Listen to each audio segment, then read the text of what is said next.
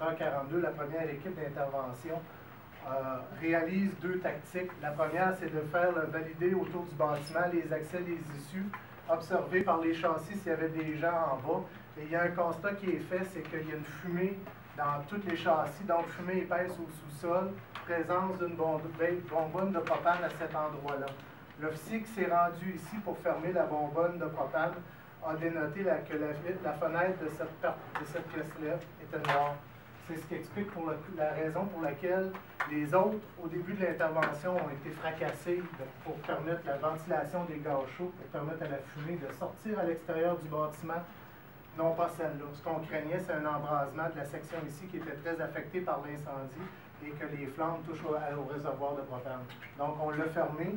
Un peu plus tard, une équipe d'attaque va être placée ici pour protéger le bâtiment.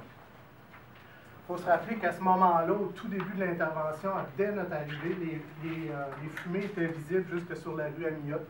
Les flammes sortaient 15 pieds dans la rue Saint-André.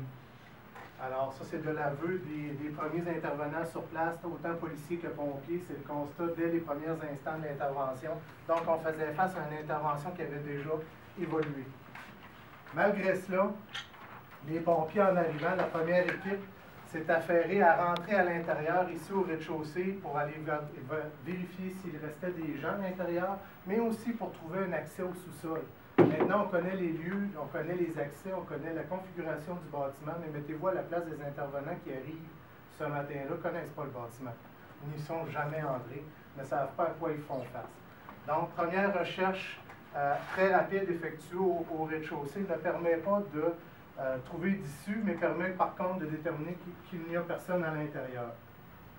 L'intervenant qui, par la suite, va se rejoindre un pompier qui était ici à ce moment-là, qui arrosait non pas à l'intérieur, mais la structure, va lui demander de pénétrer avec lui à l'intérieur par ce châssis-là. OK? Donc, 2 pompiers vont entrer dans le bâtiment. Pour faire une confession, si ma maison était en feu et que j'avais envoyé un pompier à l'intérieur, c'est un de ces deux-là que j'enverrais. Parce que le gars qui est rentré là avait beaucoup d'expérience et il avait un front bleu. Il n'est plus avec nous maintenant, rien à voir, c'est quelque chose de familial. Par contre, c'était un excellent pompier. Alors, s'il n'a pas pu faire plus que ce qu'il a fait là, je ne pense pas qu'il y a grand monde qui l'aurait fait ici. Donc, ces 2 pompiers-là vont entrer ici par la fenêtre et faire une recherche primaire, je vais vous le montrer sur la prochaine. Traverser ici malgré le fait qu'il y avait une situation dangereuse et poursuivre la recherche. On va le voir ici. Alors, ça ressemble un peu aux circonstances à ce qui avait lieu au moment de l'incendie. Donc, des pompiers qui travaillaient à l'extérieur pour enrayer la propagation, maîtriser l'incendie, et 2 pompiers qui sont entrés à l'intérieur, qui ont fait le tour. Ici, ça s'est fait rapidement, la visibilité est bonne, tout simplement en raison de la porte. Ils ont pu quand même traverser ici et ont pris la décision de tourner à gauche. Il faut savoir qu'en raison de la poutre, toute la section ici, la vision était nulle. Quand je vous dis nulle, on ne voit pas notre main en avant de notre partie faciale. Donc, ils sont à 4 pattes, ne voyant rien. Progressent ici à l'intérieur, font la recherche ici, ça va bien, c'est rapide, la fumée est légère, et entrent ici, et en ressortant, là, refont face encore au même mur de gaz chaud, de fumée toxique, avec crépitement qui se fait entendre ici. D'ailleurs, l'un des 2 pompiers, en traversant, s'est enchevêtré la cylindre d'appareil respiratoire dans son dos, dans les fils électriques, qui est encore sous tension, et c'est l'autre pompier qui l'a dégagé pour lui permettre de traverser. En arrivant ici, toujours à tâtons, à 4 pattes, tombe sur une masse molle, et j'entends encore le pompier me le rappeler, il dit « j'ai fait le saut », il dit « on a tâté, on s'est rendu compte que c'était un chat ». Et là, on continue leur chemin parce qu'ils ne voyaient rien en amenant l'animal à l'extérieur et sont ressortis. Malheureusement, à ce moment-là, ils n'ont pas pu discerner la porte étant donné les conditions qui prévalaient et ce qui était la chambre de Pierre-Luc Desjardins. Alors, ceci explique que lorsqu'on a fait la recherche primaire, et ça bien avant 5 heures, parce que le rapport de l'officier qui était dans le secteur 4 à 5h04 mentionne sur les ondes que la recherche au sous-sol n'a rien permis de détecter. Quant à eux, il n'y avait personne à l'intérieur.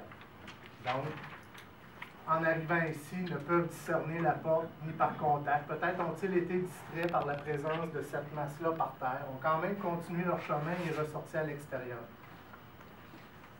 Ce n'est que plus tard, après qu'on ait reçu une nouvelle information les avisant qu'il manquait encore quelqu'un, qu'il y avait la présence d'une chambre à l'autre bout, qui sont retournés en passant ici par le châssis, sont rentrés à l'intérieur et finalement ont trouvé à l'aide d'une caméra thermique, parce qu'encore là, ils ne le voyaient pas. Avec la caméra thermique, on pu discerner le corps au sol, le récupérer, et ça les a pris environ 10 minutes pour être capable de l'amener à la fenêtre avant pour le sortir à l'extérieur du bâtiment.